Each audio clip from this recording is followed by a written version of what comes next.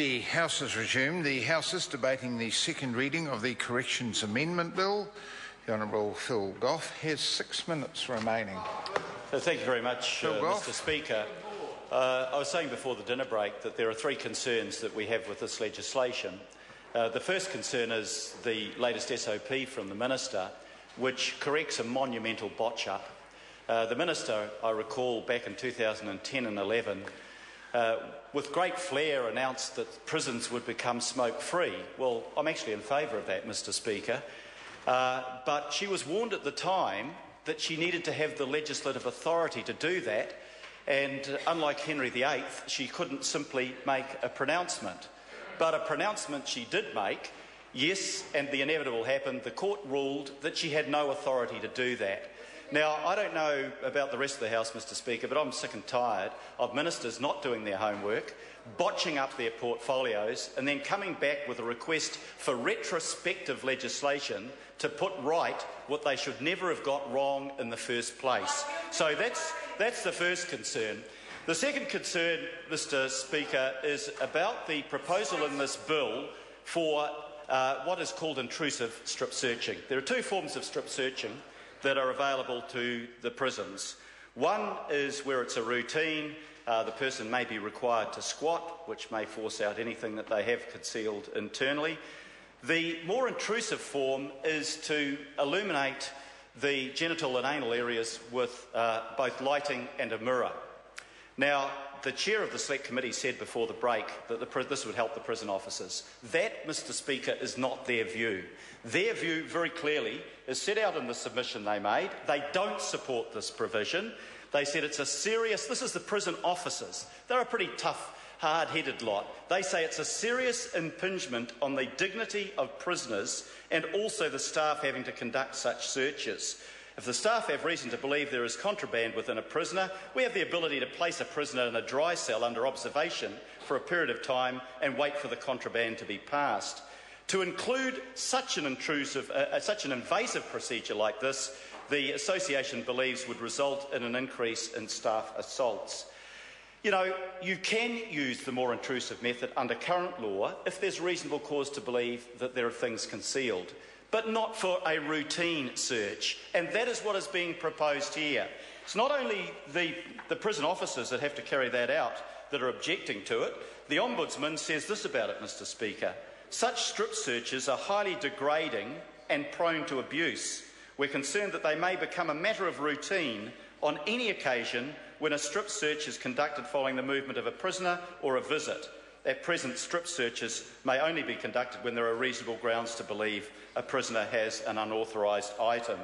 And the Law Society, likewise, Mr Speaker, says it doesn't accept that these more invasive measures should be available in respect of all strip searches. They make the point that the drug testing rates have dropped significantly without these additional mechanisms. In fact, shortly before Labor came government, the positive drug testing in prisons was 36% of all prisoners testing positive for having taken drugs.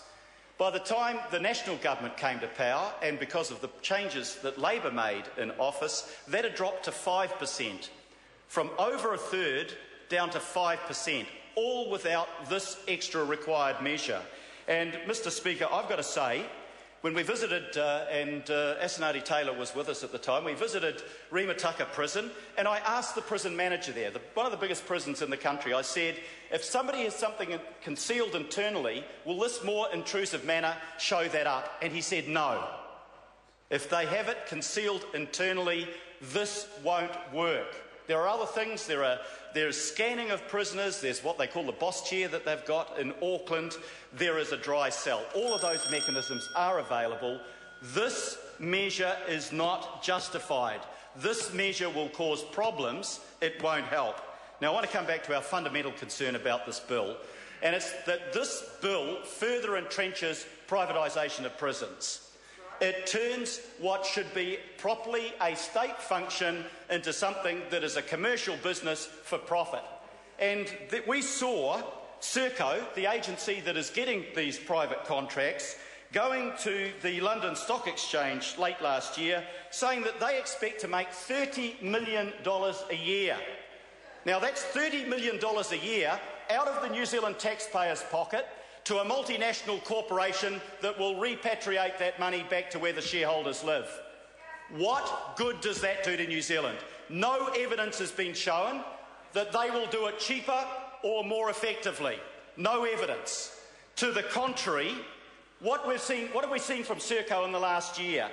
They had 34 measurements of their performance. They failed 17 of them. 17. They let prisoners go that they should have kept on a number of occasions. They retained prisoners that they should have released. And of course, they had an escape. And this is from a brand new prison, the easiest prison in the country to operate, and Serco stuffed it up. And we are paying for them to do that. How do they make their profit?